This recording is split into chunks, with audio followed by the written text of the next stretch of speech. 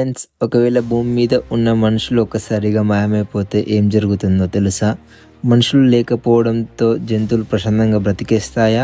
లేదా భూమి దారుణంగా తయారవుతుందా? ఫస్ట్ ఆఫ్ ఆల్, మనుషులు మాయమైపోతే గాల్లో ఉన్న ఏరోప్లేన్స్ అన్ని భూమిపై క్రాష్ అవుతాయి. అలాగే ట్రైన్స్ ఇంకా వెహికల్స్ యాక్సిడెంట్కి గురవుతాయి. కొన్ని గంటల తర్వాత భూమిపై ఉన్న ఎలక్ట్రిసిటీ మొత్తం అయిపోతుంది.